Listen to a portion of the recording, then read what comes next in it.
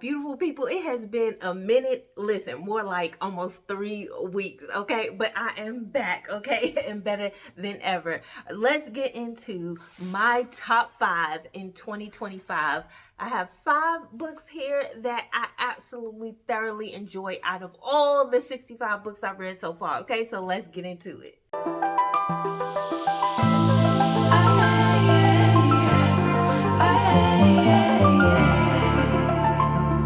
People, welcome. How you doing? Because I missed you. I hope you missed me, okay? If you are new here, I am Darnaya, Darice, first name, middle name. I appreciate you all for tuning in and still showing me love. People still subscribing when I haven't posted a video in like 3 weeks. I'm sorry, okay? I've been working hard, okay? And we are busy preparing for college for two youngsters. So we have been pushing. But listen, in this video, I'm going to go over my top 5 reads of 2025. I'm on my 65th book, which I'll get to in another video. And then I'm going to, before I get into the top 5, I'm going to give you 3 that are contenders, okay, for that top 5. And this is all fiction books. I'm going to do my top 5 in nonfiction in another video. But okay, do you see the sweatshirt? Okay, book lover, TikTok shop. Okay, don't sleep on it.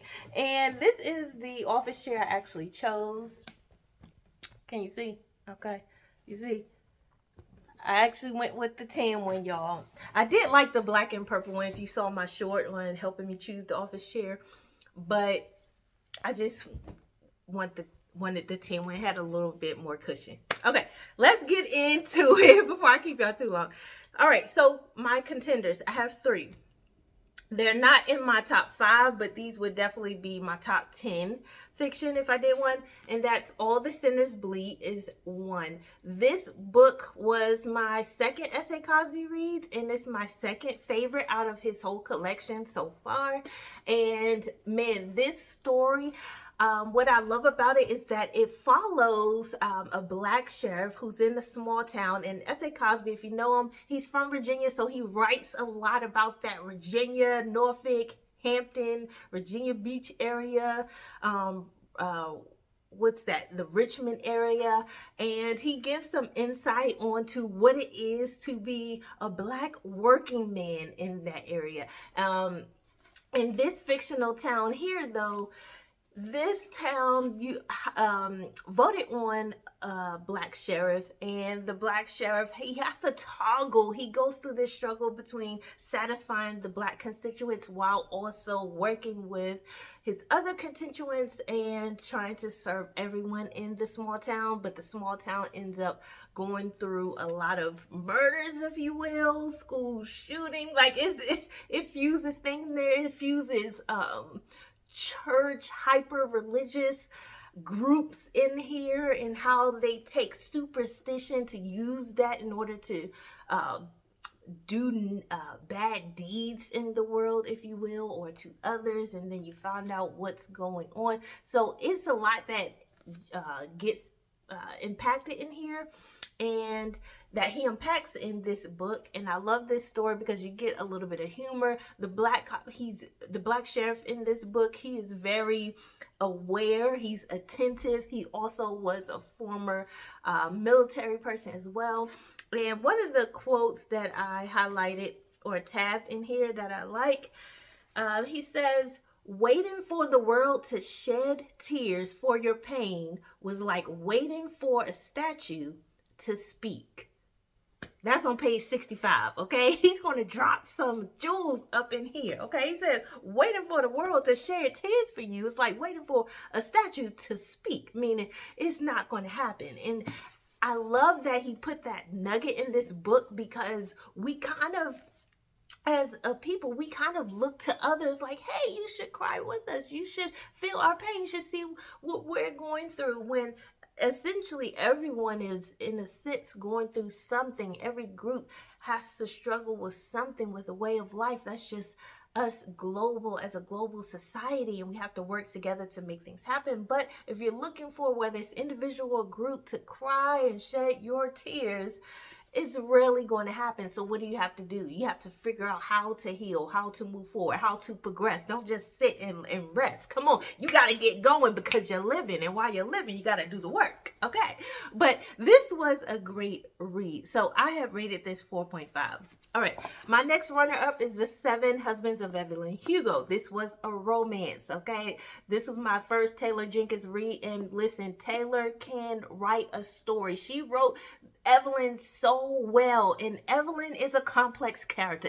Evelyn, you're gonna love her, you're gonna hate her. You may say, Evelyn, girl, what are you doing? Why are you making these decisions? But what Taylor does so well is highlight each and every circumstance that Evelyn had to deal with since being a teenager. And then you follow her progression, her story into fame and into marriage and into navigating life as a woman.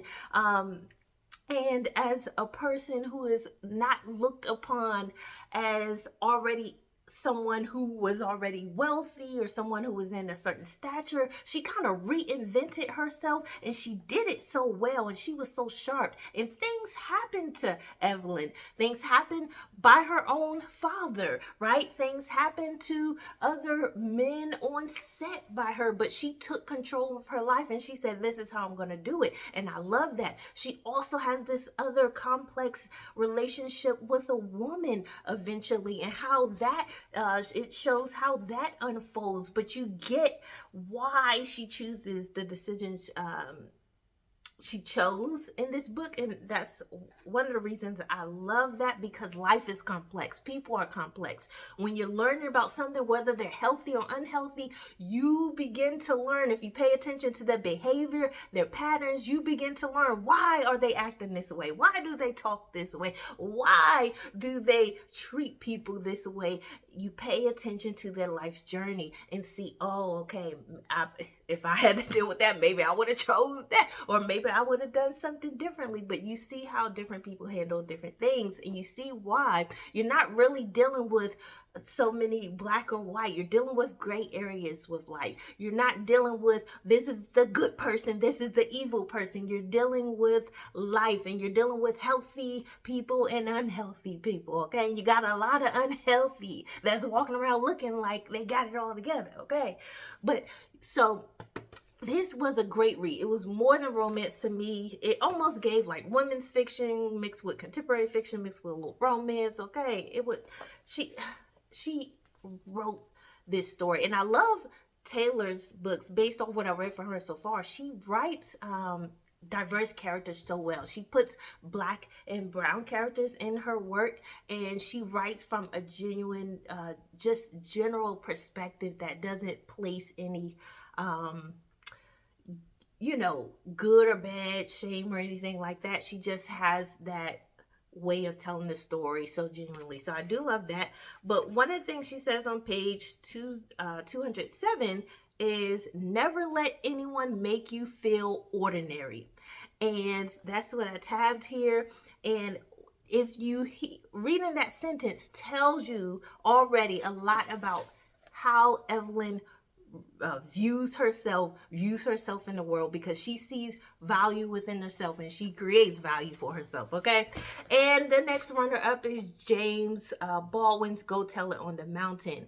This book, oh my gosh, it's biographical fiction technically, but it is kind of, because it's biographical fiction or autobiographical fiction, it's sort of telling his story. If you read James' works, he's going to tell you a lot about his childhood, his life, his viewpoint, being a black man in society, being a black man who doesn't follow necessarily the orientation, when you talk about intimacy, the same as the world. He talks about how growing up in the time frame where you're dealing with so much, when we're still dealing with things he talked about and argued about in this life. And James is just so eloquent. He writes like how he speaks. He's going to take you there. He's going to touch on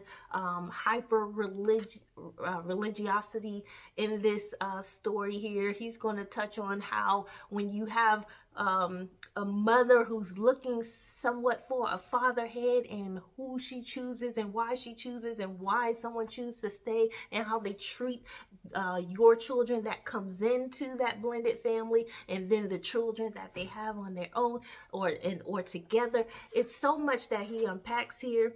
But one of the ones I want to highlight was on page 164 in this book. He says, there was not, after all, a great difference between the world of the North and that of the South, which she had fled.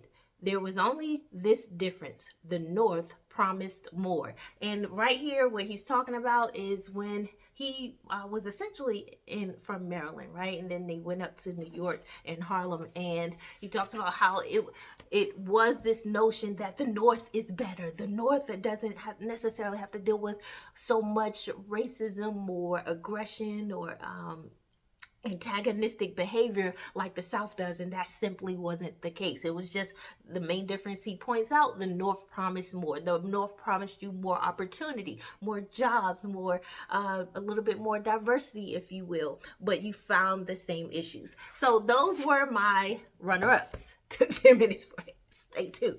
All right, let's count down quickly. And I'm not going to point out quotes in these. I'll just point out why these are my top 5. So my 5th favorite read of the year is Real by Kennedy Ryan. This was my first read by Kennedy Ryan, and this story is written so well. It's a thick one, but I love this cover. She had came out with this November of last year, I believe. It was a re-release. This is not the original copy, but this book follows Neve. It follows Cannon Holt. Cannon, oh my gosh, Cannon's one of those strong guys who he acts so tough, but when Neve somehow just softened him up, and it wasn't even softened up. It was just she brought that love that was kind of gone from his mom, because his mom was no longer here. So I hope you read this book, because this book, it has like a play within the book, a book within a book, if you will. She brings up Desi Blue. Desi Blue is a character that Neve ends up playing, because Neve is an aspiring actress, and she gets the opportunity meeting Cannon, and it's such a good read. It talks about family dynamics in this book, sibling dynamics, what happens when your sibling betrays you in a way. How do you get over that guilt? Do you get over, or not even guilt, that frustration, that betrayal? Do you get over it? Should you forgive them? Should you just move on? It's so many aspects that she touched in here, not just romance. So that's that. My 4th favorite of the year is none other than Richard Wright, Native Son. This is the first book I read by Richard Wright. I don't know why it took me so long to find Mr. Wright, okay? Because Mr. Wright, woo, he is going to take you there. If you haven't read any Richard's work, please go read him. He was one of the first bestsellers, if you will, in modern day time. I believe around the 1940s with this, but he also kind of got pushed out of the U.S. And pay attention to the people who gets pushed, or our leaders that gets pushed in your face and say, hey, these should be the leaders you paramount, and pay attention to the ones who got exiled, got pushed out, because those are the one, they were pushed out or exiled for a reason, or ran away from the States for a reason, right? But he always makes a stint with his work from what I read so far. In Native Son, the main character is Bigger Thomas. Bigger makes some decisions where you're like, Bigger, what are you doing? But Bigger, in his eyes, he's like, I'm taking control of my life, and I'm going to run with it, okay? I'm going to show these people, oh, they think I'm so, yes, I'm master. They think I'm just going to lay my head down and take it like it is, and Bigger show them, This was a ride. This was a ride. Great story. My number 4. My number 3rd read of the year is The Reformatory, not by none other than Tanana Review. You've heard about this book. Some people have read it last year, the year before. Listen, I just read it this year. This was a very thick one. This was over 500. This was one of my longest books, and it was close to 600 hours. It was probably 550 or so, and it took me over a week and a half to read this at the beginning of the year. But listen, it was worth the read. You're going to remember the characters in here. You have a brother, Robert, and you have the sister in here who kind of takes, takes that, you take that ride with her, or trying to get her brother back, because essentially he gets in trouble, if you will, gets sentenced to the reformatory school because he had kicked a young white boy for messing with his sister, trying to defend his sister, and it gets out of context, and then he ends up going there, and there's so many like horror stories. And if you follow Tanana Review, you know this is based on a true story, and unfortunately a similar situation happened to one of her relatives in the past. And so this takes place in Florida, and if you want some insight on what some of these young people are going through, especially when they're in reform schools, group homes, so forth and so forth, read this book. It's so well written. My second, okay, we're almost there. Hey, hang in with me, all right? We're at the 15-minute mark. Hang in there. All right, Razor Blade Tears, number 2. I had to toggle between my top 5 because all these books were just so great. But this is sort of like a thriller, crime thriller, suspense, if you will. People have read this. You either really love it or you're like, oh, it's okay, I don't see the hype. But this had me laughing, okay? The characters, I will remember Mr. Ike. I will remember Mr. Buddy Lee, okay? They were the 2 best main characters. They were hilarious to me, especially Buddy Lee.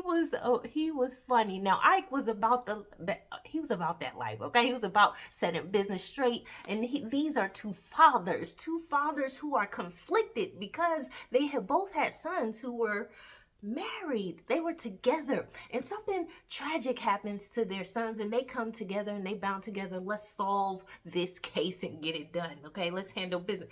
I just took my earring off. Okay, we're not editing this out. If y'all know me, we're not editing this out. We're gonna leave it in, okay? Boom, that's how you put on the earring, okay? But this story takes you on the ride, and I loved it. It was so I could feel the intensity of it after like it was either page 17 or 27 or something. It was just boom, boom, boom. Like, this is one of the reads that I literally did not want to put down. I wanted to see what was going to happen next. How is this going to end? Every scene, boom, boom, boom. It felt like watching a movie, honestly. I was reading a movie. Okay, this could be turned into a movie. And my number 1 read, and I'm going to let you go. My number 1 read.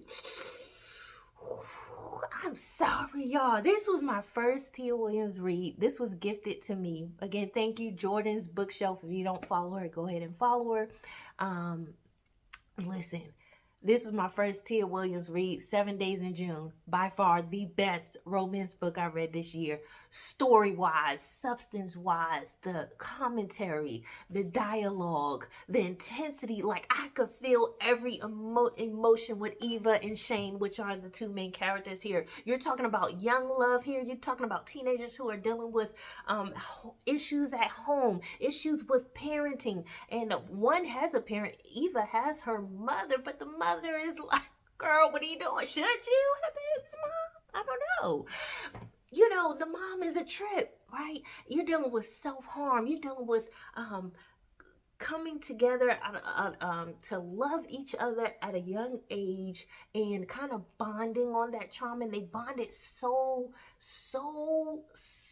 hard that it kind of it augmented the issues that they had as individuals.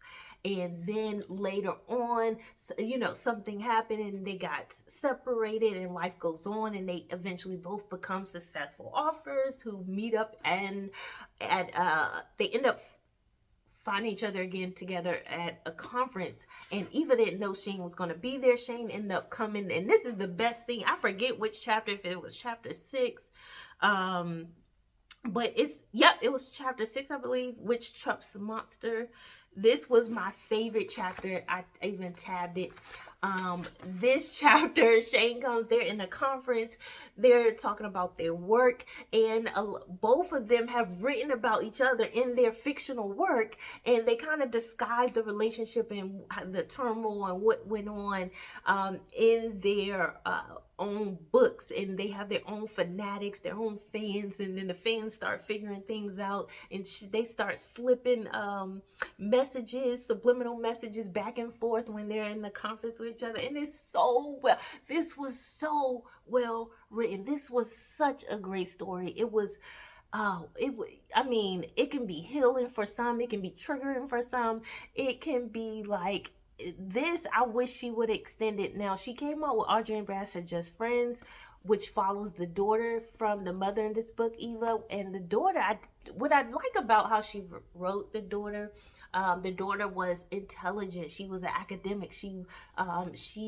was one who worried about her grades. She wanted to go to college and make something of herself. So she was very kind of adamant about what she was doing, putting on her resume, so forth and so forth. But those are my top 5. Let me know what's your favorite read out of this bunch. What is in your top 5? And don't forget to stay tuned and look out for my top 5 in nonfiction. Yeah, and until next time, you know what I'm going to say. If you watch my video, always remember to keep rising.